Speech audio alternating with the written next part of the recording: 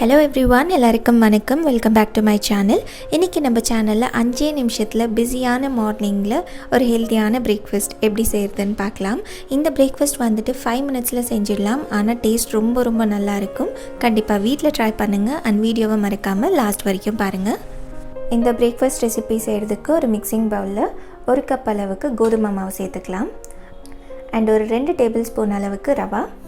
இது வந்துட்டு வறுக்காத ரவை. Pinch of cooking soda.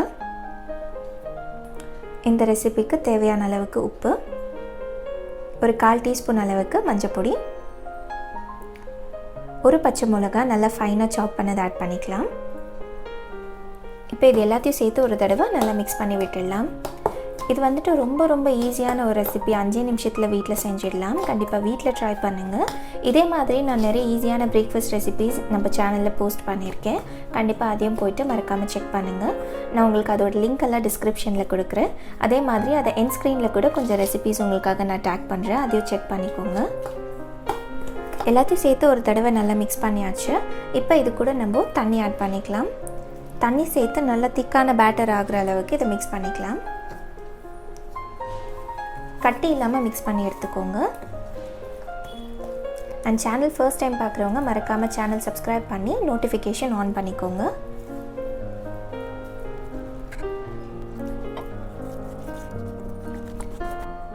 பாருங்கள், பேட்டர் வந்துட்டு ரெடி ஆகிடுச்சு. இந்த மாதிரி கட்டி இல்லாமல் மிக்ஸ் பண்ணிக்கோங்க. அண்ட் இந்த அளவுக்கு கன்சிஸ்டன்சி இருக்கணும்.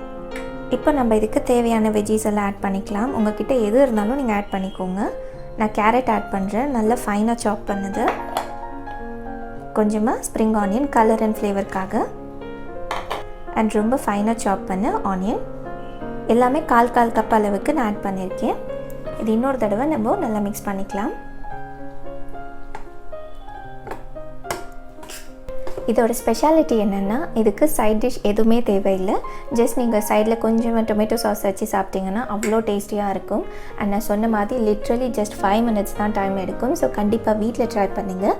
இதே மாதிரி நிறைய ரெசிபீஸ் பார்க்கணுன்னு நினச்சிங்கன்னா மறக்காமல் சேனல் சப்ஸ்கிரைப் பண்ணிக்கோங்க.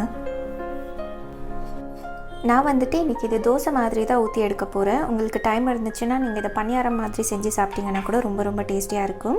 தவா வச்சுட்டு ஆல்ரெடி நல்லா காஞ்சிடுச்சு. இப்போ நம்ம ரெடி பண்ணி வச்ச பேட்டரை இதில் ஊற்றி நல்லா ஸ்ப்ரெட் பண்ணி விட்டுடலாம்.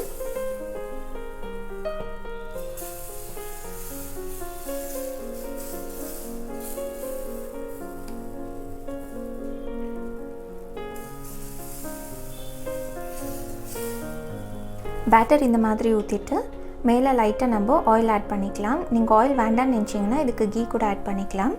இது இப்போ 1 நிமிஷத்துக்கு இப்படியே வேகட்டும். மீடியம் ஹீட்டில் வேக வச்சுக்கோங்க. ஹை ஃப்ளேமில் வச்சிங்கன்னா தீஞ்சிடும்.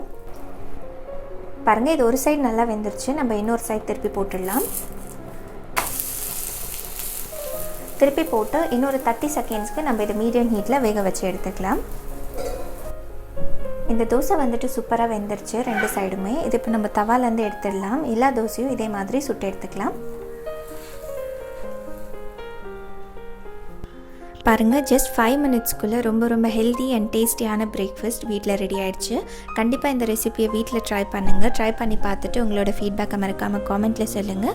அண்ட் இதே மாதிரி நிறைய ரெசிபீஸ் நான் என் ஸ்க்ரீனில் கூட உங்களுக்காக டேக் பண்ணியிருக்கேன். ஸ்க்ரீனில் உங்களுக்கு தெரியும். அந்த ரெசிபியும் மறக்காமல் செக் பண்ணுங்கள்.